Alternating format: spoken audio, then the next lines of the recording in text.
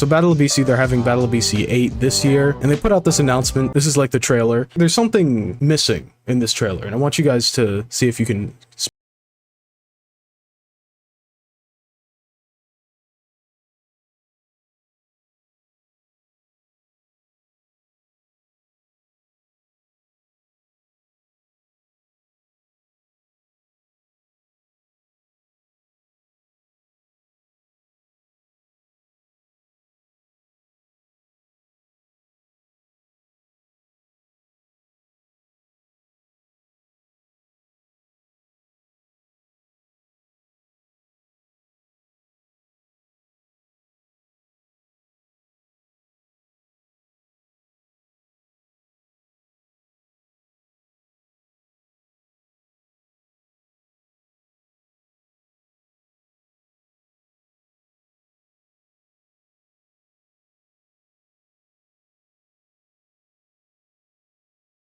Melee not mentioned? Neither Smash games mentioned. They showed the players. They showed MKLeo there. They show Cody, Zane.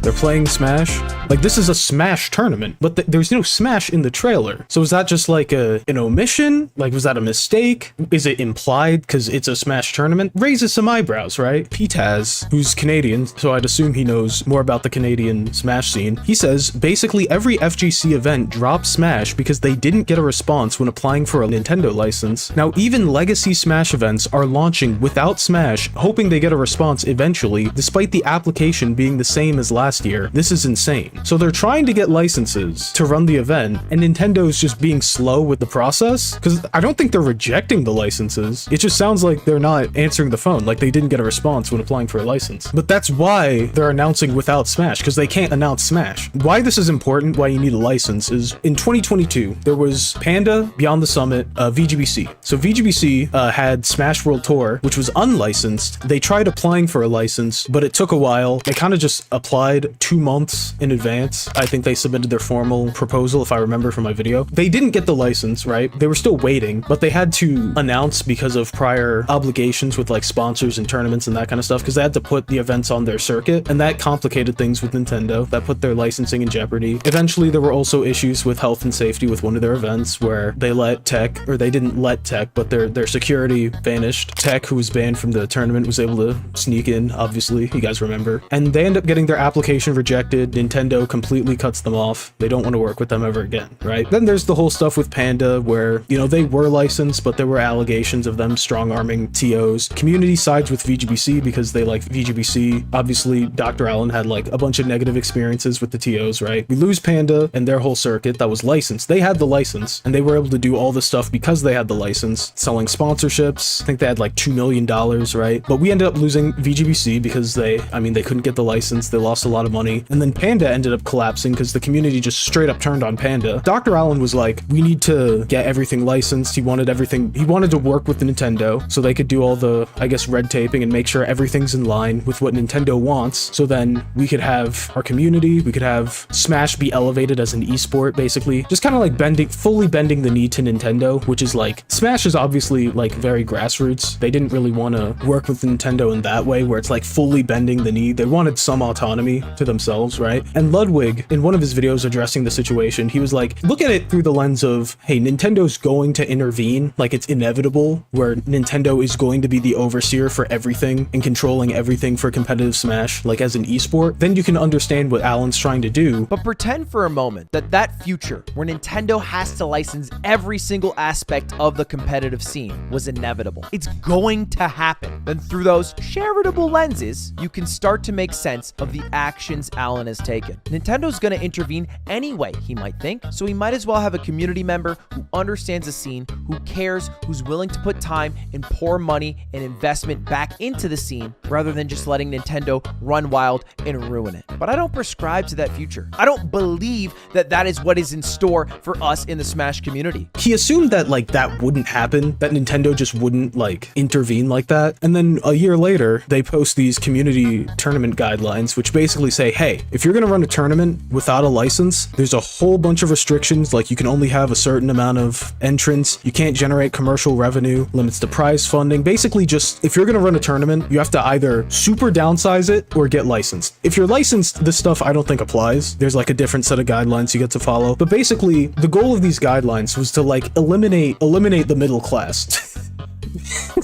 Basically, so VGBC, right, and the Smash World Tour, right, a lot of their events, they were big events, but they weren't licensed. So they were having like a bunch of like commercial activity going on, having sponsorships and that kind of stuff. They have a lot of money being moved around, but they're not licensed. It's not approved by Nintendo. And that's like a big no-no from Nintendo, is like, hey, we want to make sure that we're regulating like the sponsorships you have, like the amount of money you're making, that it's approved by us, because they have like their brand and image that they want to uphold, and they're very litigious as well. So these guidelines basically say, hey, if you're going to run an event of that size, you need to get a license, otherwise you have to downsize it. So something like a local, like say nightclub, Hax's nightclub, I guess it's called Stock Exchange now or whatever, it's fine. You don't really, like, you can adhere to these guidelines for like smaller tournaments, but those VGBC Beyond the Summit tournaments were like, Beyond the Summit was pulling like sponsorships for like Papa John's and that kind of stuff. Like they were able to get that Papa John sponsorship for all those events, but they don't have a license. So that was, I don't think Nintendo liked that very much. And there was also the issue with Beyond the Summit and broadcasting rights without a license, where they were like scamming people. But the point is, these guidelines basically say, hey, if you're gonna run a major Smash event, you need a license. And here's Nintendo not really being like upfront with giving out licenses for these events. There are definitely sides of this you don't see or think upon first reading, for sure. Oh, that's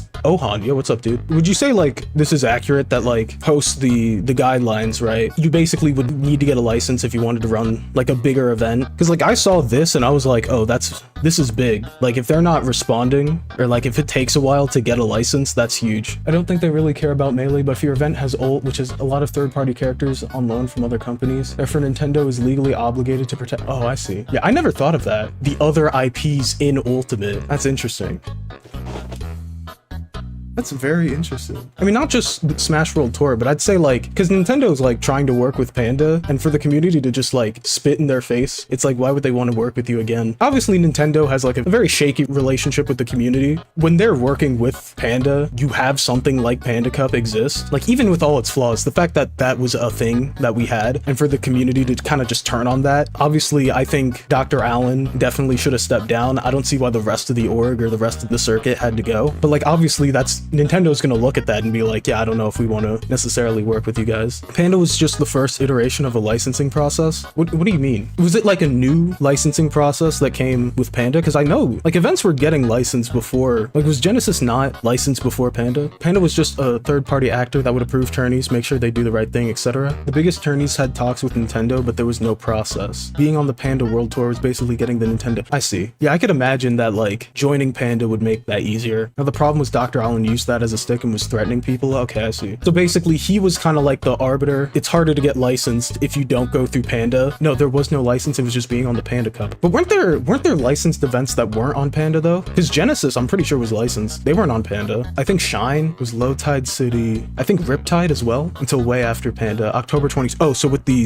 guidelines, I'm assuming. Prior to this, it was a Nintendo will email you if they have a problem vibe. There's no official thumbs up process to my knowledge. Because I just remember hearing that Genesis was licensed like many, like I know Blur on his stream where he was reading Dr. Allen's statement. Dr. Allen had said that Genesis was licensed since Genesis 3. Blur said that was inaccurate, but it was licensed many times. Was any Genesis licensed? Yep. Many were publicly announced to be too. He said this in 2022, so I'm curious as to, they have pre-existing talks with Nintendo. Okay, but that's not like a public process. Okay. Nintendo's guidelines are just overly restrictive, meaning everyone has to apply for an exception, therefore creating a labor bottleneck, like 12 months in advance, and they're still not getting the Smash approval, like even basically a year in advance. Like obviously, I'd still take this with a grain of salt. I'm not tapped in behind the scenes, but like the fact that you watch the trailer for BC and there isn't Melee or like Smash, like you see the players in the trailer, but they don't, like you look here and it doesn't actually list Smash. And then this is the explanation according to PTAS, is like, that's kind of a yikes. Like obviously if the tournament, like if Genesis, Supernova, all of them are still able to find a way to get it, it'll still be fine to an extent. Like as Ohan said, if you're running Melee only, they're probably going to care less about these guidelines. Next thing I wanted to talk about was over the years, we've just kind of lost a bunch of tournaments. I mean, obviously, as I mentioned, we lost VGBC, Panda completely, Beyond Beyond the Summit, gone. Like, there's still stuff like, obviously, Genesis. Yeah, I'd imagine there's still some tournaments left, but we've lost Shine. We lost Big House. Obviously, I've never run a big tournament, but I can imagine that, like there's a lot of stress that goes with running a tournament. Rarely ever do they break even, right? The reality is it is dire, right? Like, we do have tournaments that are, I don't know if I'm running next year, or like, there's like questions about their future because of like this financial difficulty, right? Like, I mean, I know of major tournaments that have lost 6 figures running their iteration in 2025. So there's all these like just objective barriers that come with running a tournament. That's like, why would you ever subject yourself to that? There's a passion and a love for the game that like, hey, we want to put on this thing, even though it's going to cost us money, even though it's stressful, and there's a lot of negatives that come with it. Ultimately, it's worth it in the end because there's like a passion. But at some point, either the passion goes down or those like costs and stuff go up. Let's say you can't get sponsorships, you can't get a license, the costs go up, the stress goes up. And yeah, at some point, it's just not worth it to run a tournament anymore. Like, you read these statements and they're like, I'm pretty sure matt.zip tweeted something, but I think his account's private, so can't see it. But he tweeted like basically just saying the financials of the tournament made it rough. Big House, they mentioned here financial stability. So I could see like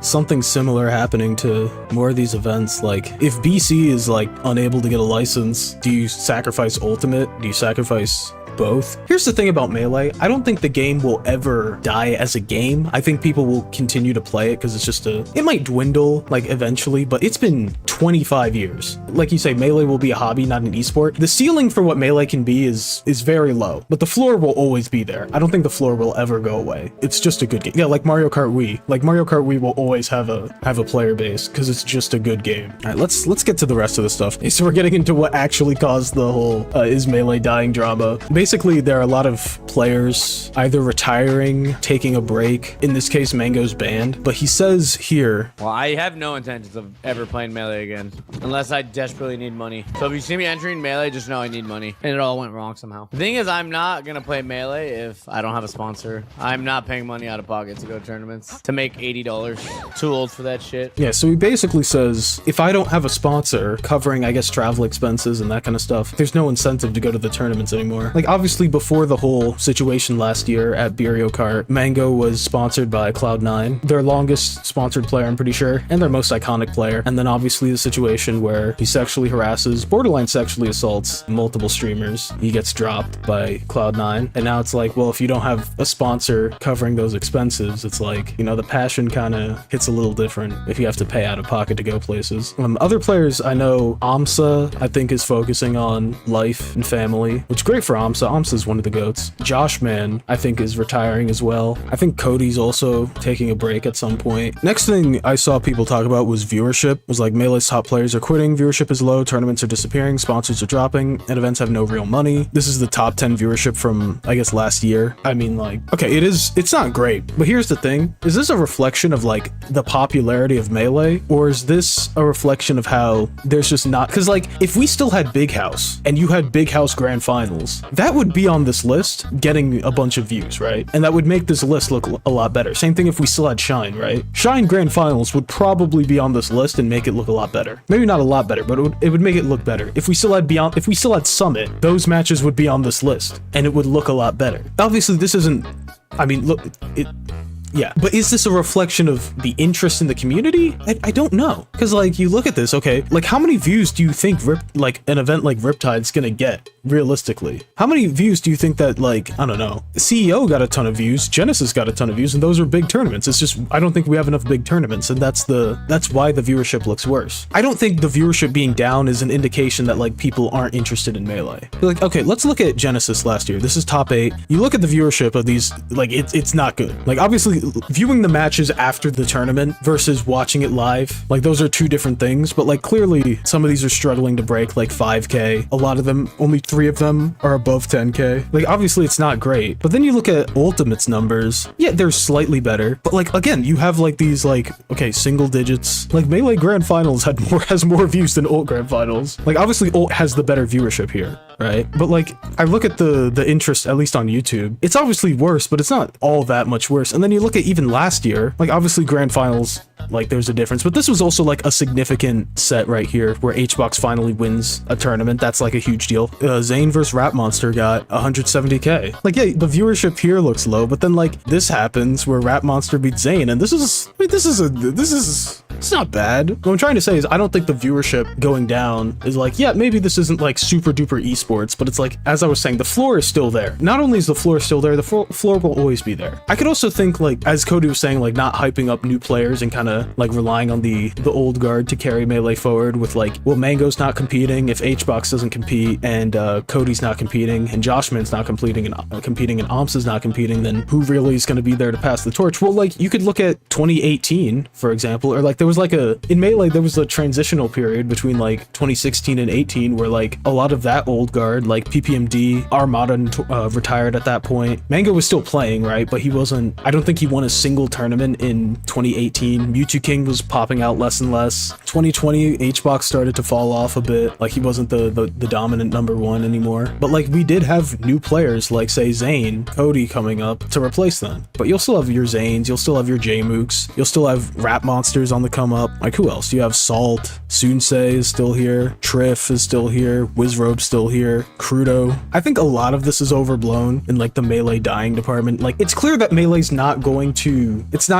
peak as like an esport. Like, the ceiling for what's possible is very low, but I don't think like Melee's gonna be fine, because like the interest in playing the game hasn't gone anywhere. Like, the attendance for the events is still like, it might be up and down a bit, but it's still good. The attendance is still there, and like people are still playing the game. Like, again, Melee's gone through like throughout its history, it's gone through its ebbs and flows and its ups and downs. I don't think it's dying. It's like how in like traditional sports, right? You have like, your team might not be good and you go through a phase of rebuilding, but then eventually you build up your team, and then some years you have a great team and you're competing for championships and stuff. And then sometimes, again, like you go down in a period where like the team's not good anymore and you have to go through a rebuild. Yeah, Melee's kind of like, a lot of it's being torn down. It depends on how they move forward, if they want to build it back up or stay grassroots. This is the biggest threat to Melee or like Smash is this. This is the only, like, I don't think the viewership or like the players you can replace players, but this you can't. Like, it's very hard to replace a tournament if they can't get a license. I think a new Smash game could maybe revitalize Smash esports, unless if the new Smash game is kind of like Melee 2 and like every Melee player's like, I want to play this instead of Melee, then yeah, that will kill Melee. But so long as it's just like another floaty 2-hit combo simulator, like slow pace kind of, then Melee's always gonna